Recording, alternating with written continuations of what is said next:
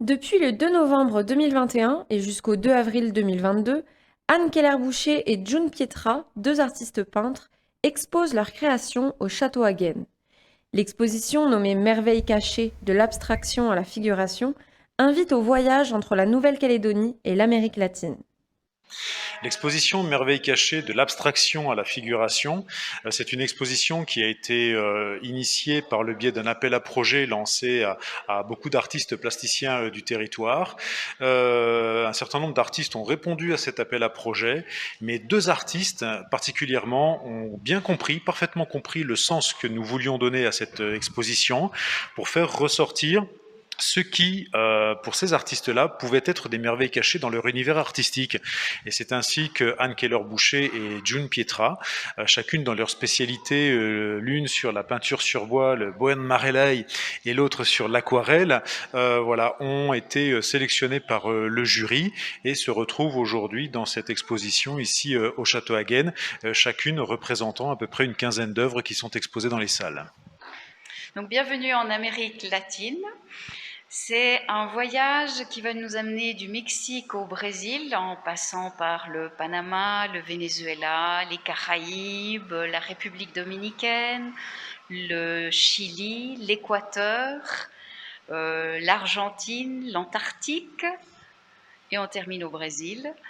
Et c'est un voyage qui a pour ambition de rendre hommage à la beauté brute de ces vastes terres qui sont justement les terres sacrées des civilisations précolombiennes, ces fameuses civilisations que je chéris tant, et de leur rendre hommage à cette beauté brute, parfois intouchée et parfois un peu structurée par l'homme. C'est aussi un voyage dans la matière, dans les reliefs, dans les textures, dans les volumes, dans les matériaux, qui invite réellement à vouloir toucher les tableaux, même si ce n'est pas permis. Et c'est un voyage qui invite à une réflexion plus globale, qui va interpeller le visiteur au niveau de son lien à la nature, sa place au sein de la nature, et ce lien qu'il a ou non avec la Pachamama. Qu'est-ce qu'il apprend de son histoire, qu'est-ce qu'il retient de son passé, puisqu'on sait que déjà les civilisations précolombiennes ont connu des crises écologiques majeures et qui ont même entraîné la disparition de certaines de leurs populations. Entre les cultures, on peut parfois tisser des liens, des similitudes qui rapprochent les peuples. C'est le cas du lien à la nature des civilisations précolombiennes qui se rapproche de celui de la culture kanak. Ce lien, il est extrêmement fort et on retrouve justement ces ponts et ces passerelles avec la culture kanak. Et on le retrouve également, par exemple, dans tout ce qui est le rite funéraire, la façon qu'ils ont de dire au revoir à leur mort en posant justement un masque. Alors chez les précolombiens, ça sera un masque de jade qu'on dépose sur le visage. Et chez les Kanaks, ça sera un masque qui sera fait avec des plumes, avec du bois, et il y aura ce qu'on appelle le veilleur des morts qui portera ce masque pour justement inviter le monde souterrain à accueillir ce nouveau défunt et accompagner ce défunt dans son périple, le périple justement de sa réincarnation. Donc on retrouve vraiment les parallélismes, même si les masques sont dans des matières différentes, que ça ne se passe pas exactement de la même façon. Chez les précolombiens, on le pose sur le visage du défunt et on part de l'idée qu'on va l'enterrer avec toutes ses possessions qui vont lui servir dans ce voyage qui va durer 4 ans dans l'au-delà, en accompagnant la trajectoire du soleil jusqu'à ce qu'il se réincarne en dieu du maïs ou en colibri. L'autre artiste, June Pietra, utilise ses aquarelles pour révéler et mettre de l'avant les merveilles cachées du fond des océans. Ses œuvres sont fortes en contraste de couleurs intenses, loin des tons pastels que l'on retrouve habituellement dans ce genre de tableaux. Si l'exposition se compose bien évidemment des tableaux en eux-mêmes, il ne faut pas passer à côté des cartels, ces petits textes de présentation situés juste à côté. Ces textes vont jouer sur 3 axes: la poésie, l'humour et également l'interpellation qui est faite à l'environnement, à la protection de la nature.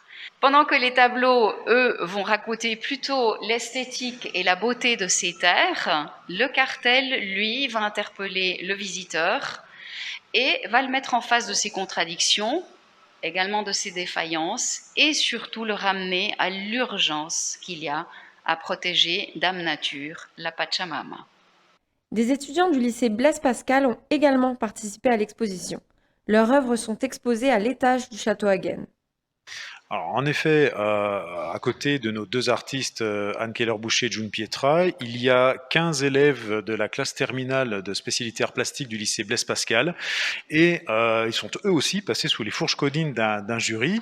Ils ont pu travailler pendant toute une année sur la création de leurs œuvres, qui se retrouvent elles aussi donc exposées au château Hagen sur des formats divers, puisqu'on a comme à côté de nous ici un volume, mais on a aussi des créations, des installations à caractère plus environnemental. On a aussi des œuvres numériques, on a un hologramme, on a de la photographie. Donc voilà, ça touche vraiment tous les vecteurs de l'art plastique.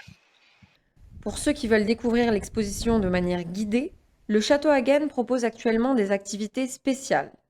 Pendant l'été, on a souhaité organiser des visites guidées suivies d'ateliers créatifs. Ces ateliers sont soit de l'illustration, du dessin, du modelage sur argile, pour que les participants à ces ateliers essaient eux-mêmes de trouver leur merveille cachée, de créer une merveille cachée qui leur est propre, et ils repartent bien entendu avec leur création.